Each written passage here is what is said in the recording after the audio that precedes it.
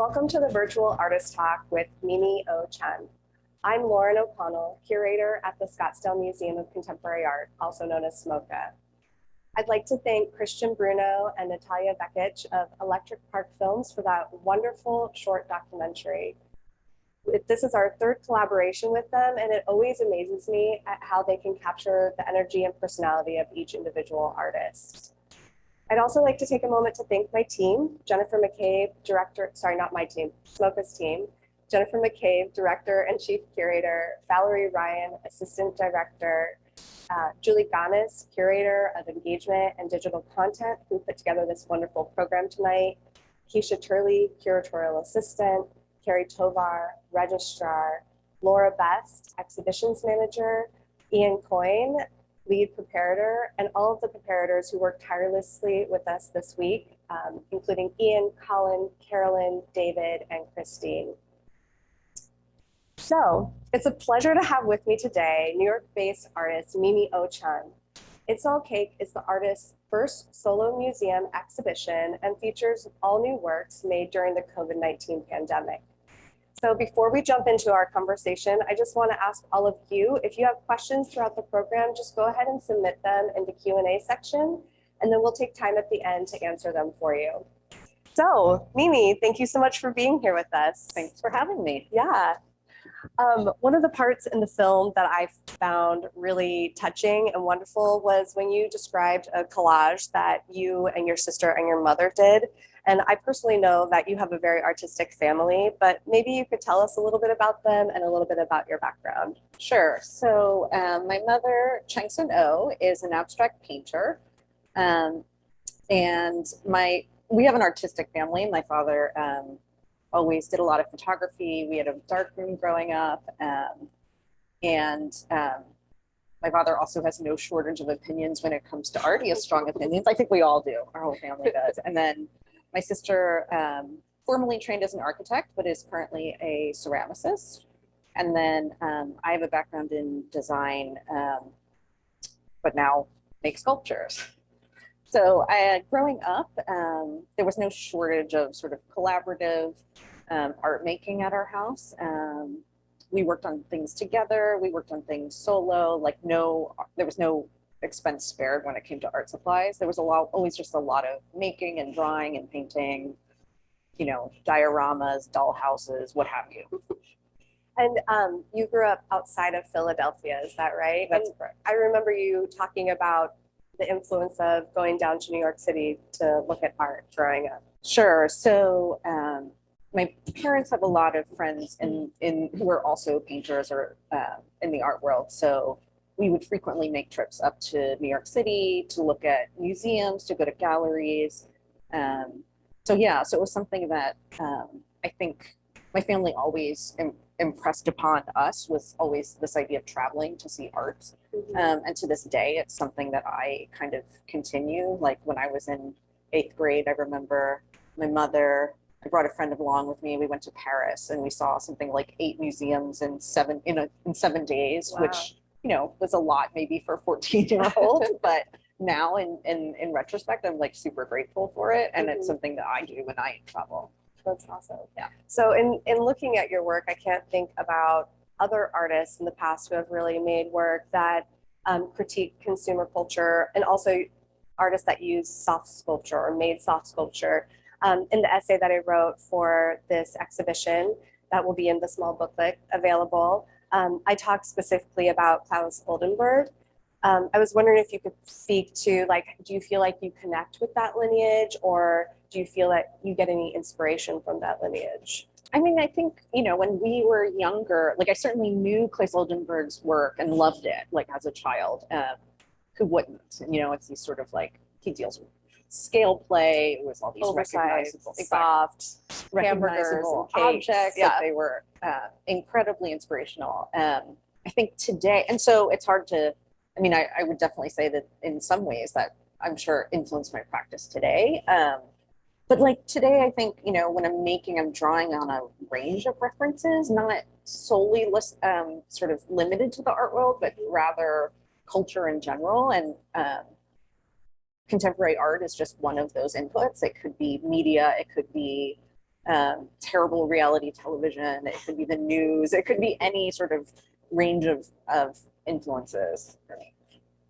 So then also thinking about your work, which everyone learned a little bit about in that film, you know, many of the works speak to specific internet memes, trending stories. And because your work is so relevant in this moment and really kind of responding to these stories that are still kind of developing in some ways, how do you feel about the way that you develop the artwork, and then once it's done, the way that then maybe the after story that it's connected to? Yeah, I mean, we all have experienced how rapid the news cycle is today, and probably increasingly will get. I think we're kind of accustomed to it at this point.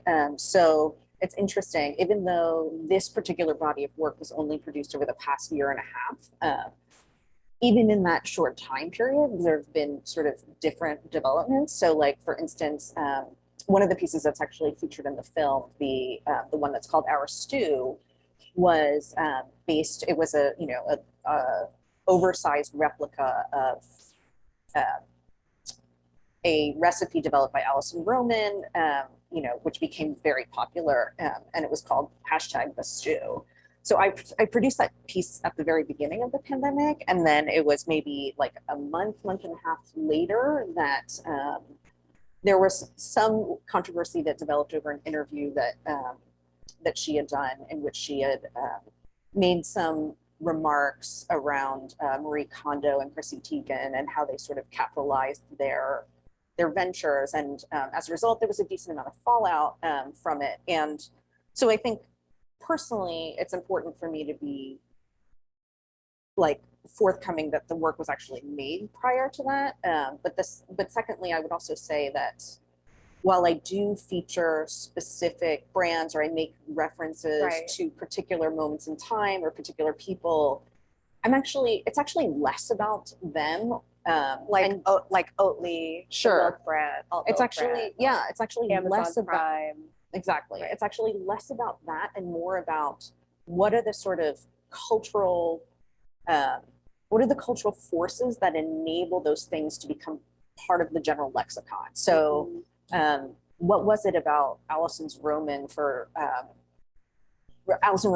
recipe for the stew that allowed it to sort of catch on and become a viral sensation in the first place? So those are the things that I'm much more interested in than the particulars of who she is or what her perspective might be. Absolutely. And I'll just take a moment to tell the audience as well, if you come to the gallery and then at some point online, we will have the extended labels, but we also include QR codes to link to specific either videos or articles that Mimi read and kind of speak to these conversations. So for #OurStew, Mimi's work, it connects to an article about how do recipes go viral, and specifically talks about Alison Roman's chickpea, coconut milk, turmeric, cilantro recipe, which was so attractive. One, because people at the start of the pandemic, you needed mostly canned food to make the recipe, but also it was extremely simple and it was easy to access. So maybe then, could you tell us a little bit, and I know we may not have chatted about this before, but, well, we have, but not prior to this talk necessarily, a little bit about the way in like your own process making during the pandemic. And as a New Yorker, and we all know that in New York, oftentimes we live in limited space. And we can see here that a lot of your sculpture is not necessarily small. If you could talk about what it was to make and live with your artwork during that time. Sure. So you are correct. Space comes at a premium in a New York City apartment. I think, I've always been interested in scale play and what changing the scale of something, whether it's tiny or whether it's, oversized, like does to the meaning of it. And so I try to be fairly deliberate and intentional about when it's used. It's not something that I always do. It's more like, does it make sense in this moment or in this particular application? In our apartment, you'll find stuffed objects kind of peeking out of, even though I have a studio, there are, you know, oversized hands stuffed in our clothes closet. There's like, they're kind of, they grow, they multiply, they end up in, you know, there's like a inflatable unicorn in our bedroom. They're kind of all over the place. Yeah. So the inflatable unicorn with a life vest around Exactly. its neck. Right. Exactly. So that's a great one. Well, and so one of the things too for our audience, like I encourage you to come see it in person because so Mimi's sister Miro lives here in town, and we both were here when the artwork was unpacked or after the artwork was unpacked. And since the pandemic, we haven't been able to travel to see Mimi or see the artwork in person. It was our first time. And both of us were so surprised at the scale of things. Whereas Museum of Oat Dreams for one, we thought was actually a lot bigger. So, and it's smaller. And then there were certain things that we thought were like really small, but they're bigger. So this idea of scale in photographs versus in person, it's really, you're playing with scale in a super creative way. You know, like the whole scale of even the milk carton, it's not the height of a person, nor is it the size of a milk carton. So, you know, it kind of plays with these expectations that we hold with the objects. So yeah, I just want to encourage everybody to see it in person if you can, because it is a very fun and surprising experience. But in speaking about the work, clearly the work is very attractive. I mean, there's so many details and colors and textures and the scale of it and the subject matter. You really pull in objects that people can connect to and understand and relate with. But I would love to talk a little bit about the underlying narratives in them. So I'm going to pose a question that will allow you to talk about two different works. So I'd love for you to speak about which work in the exhibition do you feel is the most lighthearted, kind of fun underlying narrative, and then which work in the exhibition do you, not the most, but like which works in the exhibition do you feel have a more serious undertone to them? Sure. So I'll start with the easier one. I'll start with the lighthearted one. So there's a piece in the show called Pizzaiolo Rat, and it was inspired by Pizza Rat, which was, if you don't know, Pizza Rat was a sort of viral sensation probably, I don't even know, like 5 years ago. Someone took video of a rat in the New York City subway dragging a slice of pizza down the stairs, and then at one point he abandons it and runs off.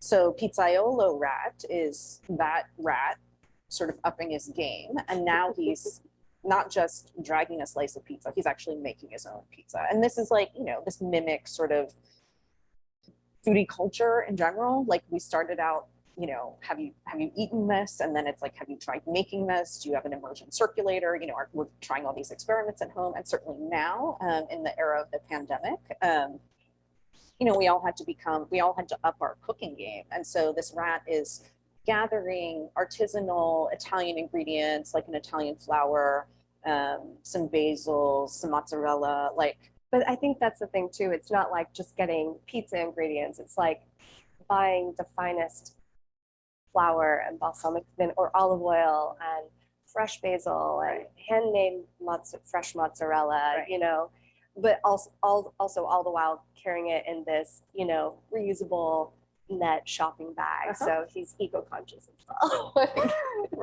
And to think of a New York subway rat thinking and doing that is definitely pretty fun. Totally. I think so many people related to Pizza Rat because they saw a little bit of themselves in it. Like for New Yorkers who live in a city that is in many ways like it can be a little harsh. I think they related to the struggle. And, you know, at this point, hopefully they relate to Pizza Rat sort of upping his game as well. Pizzaiolo Rat, sorry, upping his game. One of the pieces that I think wasn't covered in the film that deals with more serious themes is a piece called Cabal, spelled with a Q. And it was really inspired by It's actually, I don't know if it's visible, but it's the work on the back wall with the like rose gold mylar balloons that are actually soft sculpture, not balloons, Yes. and the circle of bunny rabbits. Yes. And so that piece was really inspired by, I started out reading an article about QAnon by Adrienne LaFrance in the Atlantic. And one of the opening lines in the intro of the article talks about how, QAnon is pulling its supporters from everywhere, every walk of life. And one of the lines that sort of stuck with me was this, like, you could be a mother eating leftovers off your toddler's plate. And I think that for me, like, really resonated in terms of like how much QAnon and conspiracy theories in general had sort of infiltrated, normal, like everyday Americans' lives. And so I wanted to create a piece that was inspired by that. And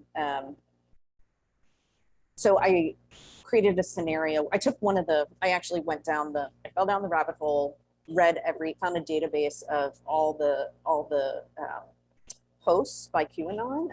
And there was one that I kept coming back to, which was "You Are the News Now," which was a post that was frequently cited by QAnon. Which is actually a quite scary phrase to say, "You are the news now," basically telling anyone that they can just create their own news. Like, they can create their own news and there's no like fact checking behind it. And, of course, now we're going through the whole spiral of what's real news and what's fake news and what even constitutes real, and right, so on and so forth. Right. So I wanted to take that phrase and sort of put it in borrow the vernacular of like mommy bloggers, like very sort of social media, very like visually, I don't know, there's like visual tropes around it that I wanted to borrow to present that line. And so I did it in sort of rose gold mylar balloons, set up a circle of stuffed rabbits. Which are so cute. In a circle, sort of speaking, like facing one another and in conversation. And so that's what that particular piece, even though it's at first blush maybe cute, exactly, actually deals with some, for me, like one of the most frightening phenomenons of contemporary culture, which is around disinformation and conspiracy theories. Yeah, and I feel like in my essay, what I wrote about is that that's what makes your work really poignant right now, is that it is so accessible for people to look at it and connect to it in their own way. But it also is extremely informative and has a lot of underlying context that's directly connected to our culture today, especially in America. I think it's, thank you. I think like for me, one of the most gratifying aspects of making work that has to deal with sort of contemporary culture, what's happening in media, is the amount of, it's almost like I can indulge all my curiosity in my research. Mm-hmm. So did I have to read the entire database of Q drops? Probably not, but was I going to? Absolutely. Like, it allows me to sort of like, it wouldn't be thorough if you didn't. Totally, I'm a completist. So yeah, so I wanted to go down that rabbit hole. I really wanted to understand the sort of syntax, the language, the vernacular, all of that. And so yeah, that gave me a sort of excuse to do so. Cool. So there's one more work that I want to talk to you about. Sure. It's really fun. So of course, the title "It's All Cake" refers to illusion cakes, which, if you haven't watched YouTube videos of illusion cakes, just type it into YouTube, illusion cakes or cake or whatever. You will get so many videos to watch, but basically it's where bakers make these cakes that look like real objects. Even like things like a hand or a shoe, toilet paper, and so on and so forth. So this idea of illusion in our culture, and but it's also connecting back to this really relatable genre that people can't stop watching. One of your works in this exhibition is called Hard Pants Illusions, and it's a cake. It's an illusion cake that's sliced open, made of what I guess was coined online hard pants, where we were trading our hard pants for our like sweatpants and leggings or soft pants during the pandemic.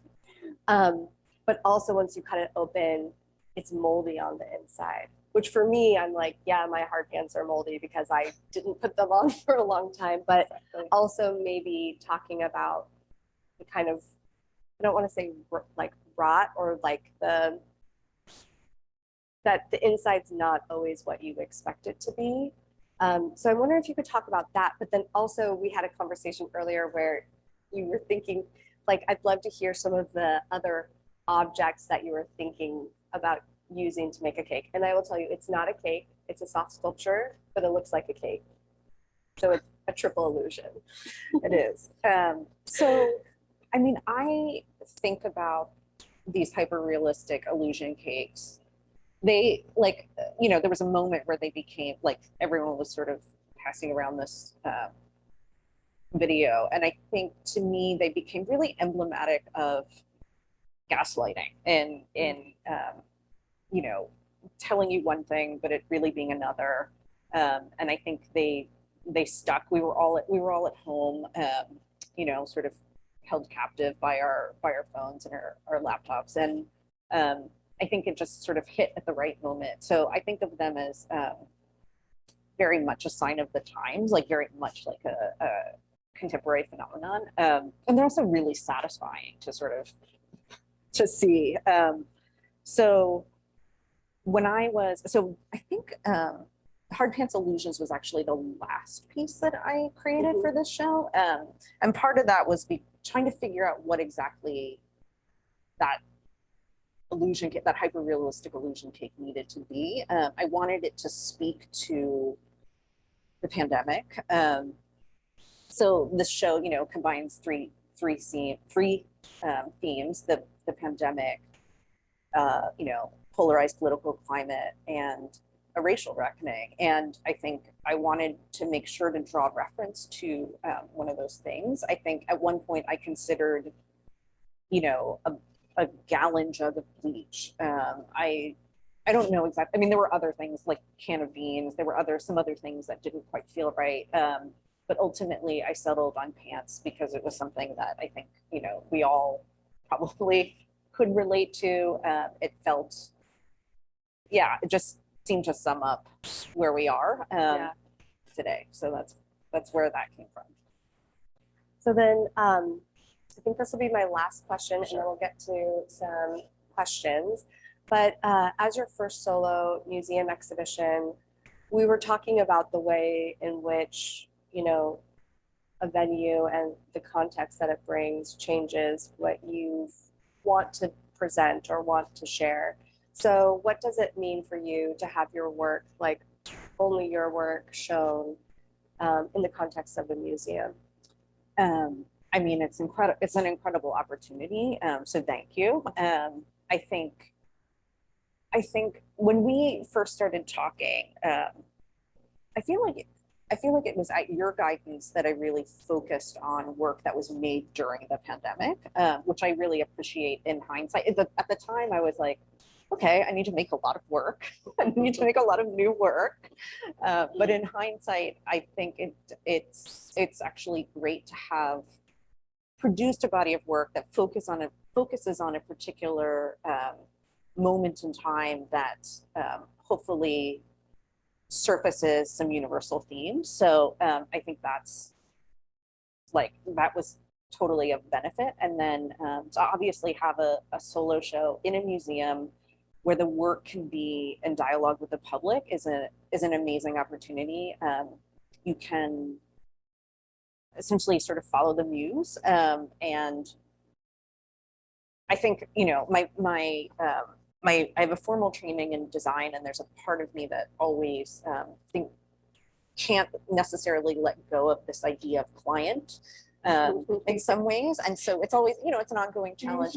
What you were saying earlier about when we were doing the studio visit, and I was like, I think we should do a show, and how you then. Oh, right. The first thing I asked Lauren was, oh, I would love to do a show. Can you tell me a little bit more about what the museum's objectives are? Like, Yeah. I asked a total designer question. Like as if I was the client. Yeah, and I think, yeah, I don't know. I think there's something like when with a museum, you can let go of that because your client is ultimately, what do you want to say to the public? What are the things that you want to explore? What are the things that you want to talk about with them? And so that is like, incredibly freeing. Right. And the client is essentially yourself as long as you're thinking about the audience. Yes. Yeah, in that conversation. Yes. Absolutely. Yes. Yeah. If anything, as a curator, I feel like I'm working for you and I'm working for our audience, as like the smoker representative. So yeah, it was a really funny question. I wasn't really sure what you were getting at first. And also to clarify too, in terms of saying, why don't we show work that was only made during the pandemic? We started talking before the pandemic, but I don't think we really had a serious conversation about it until after the pandemic started. And it was obviously a very weird time talking over Zoom and hearing sirens going by, and you were saying there's always sirens going by, and it was a very scary time. It was hard to even think about the future, but you had already started to make some works that were really in response to it.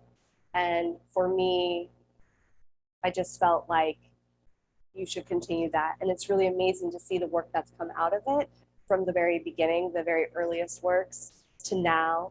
All of the kind of like cultural inside jokes that we share through social media or through memes or through articles or just shared experiences that people can connect with in the gallery. So it's been a really interesting process for me. Same. Thank you. Yeah. Cool. So should we take some questions? Okay. Let me see what kind of questions we have coming in. Somebody asked if you have any exhibitions in California coming up. I just shipped some pieces to Torrance Art Museum that are going to be part of a show called Social Fabric. And I think that show opens September 18th.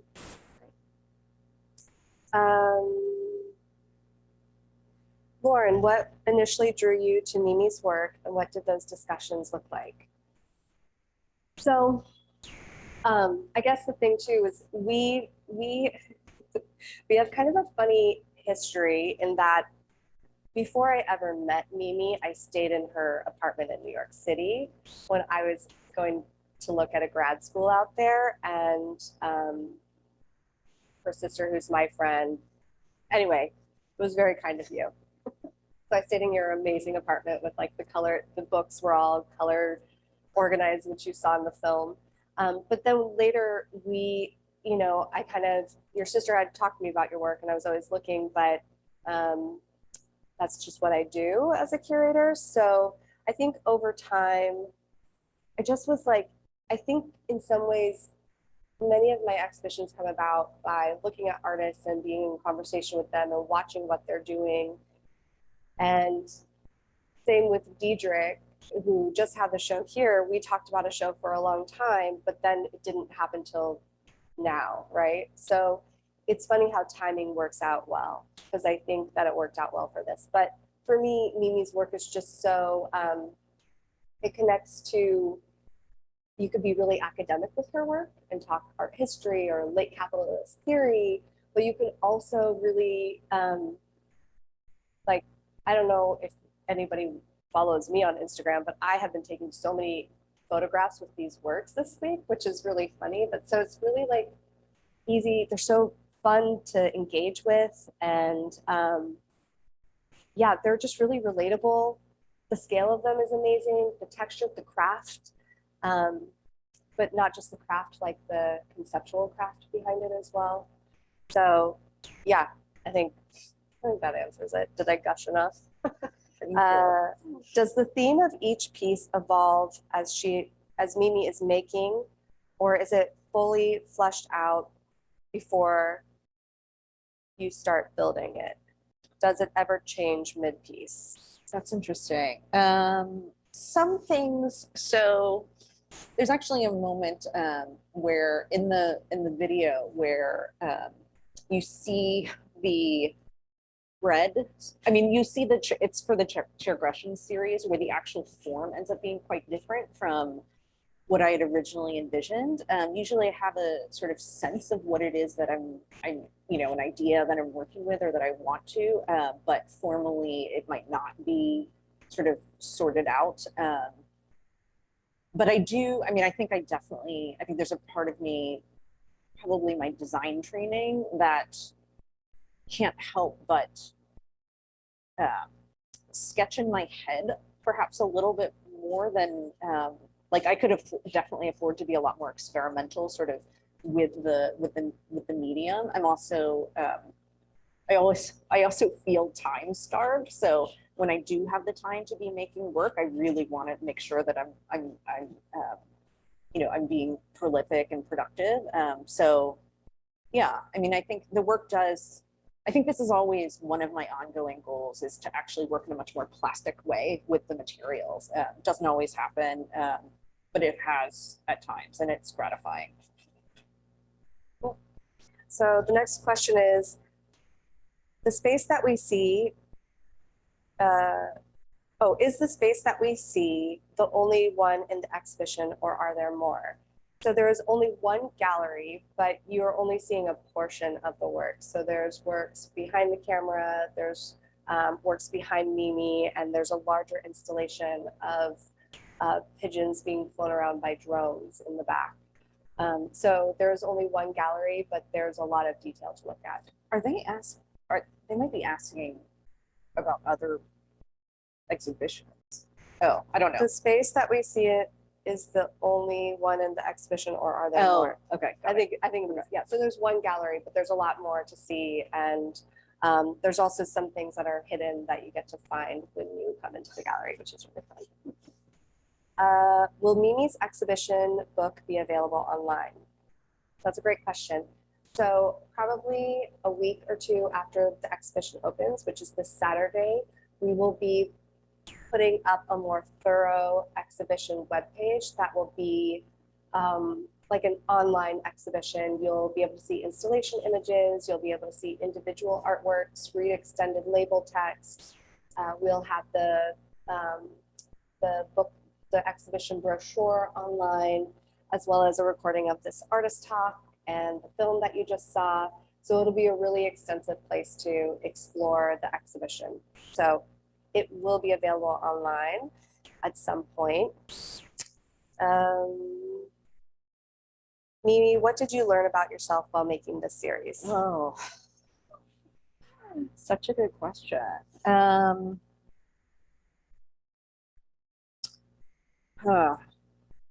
mean, I think I have multiple answers.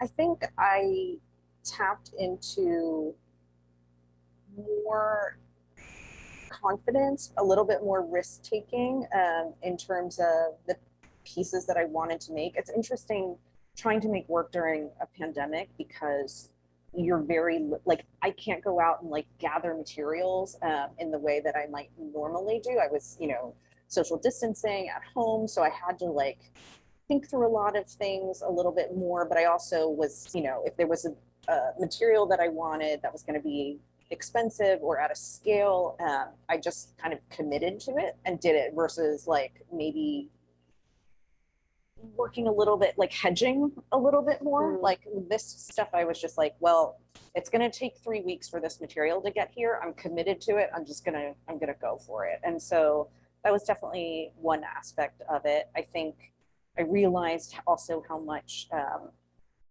art making for me can be such a salve for a lot of the other things. It gives me a clarity of purpose. It gives me something to do when you have a lot of nerves about things, which was not necessarily the relationship that I had. Art was always something that I derived a lot of pleasure from, but never necessarily as a sort of like practice, as a mental health practice, I would say, until this pandemic.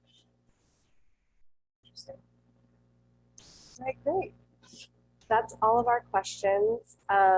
Mimi, I would like to thank you so much for working with us on this exhibition, allowing us to show your work and sharing so much about your practice process and life in general. So thank you so much. Thank you all for tuning in. And again, this film, or not this film, this conversation and the film will be recorded and available on SMOCA's YouTube page, as well as the exhibition webpage shortly. And if you don't already follow Mimi on Instagram, I suggest you do that. Her handle is @Mimi O Chun. All right, thank you all so much. Have a good night. Thank you.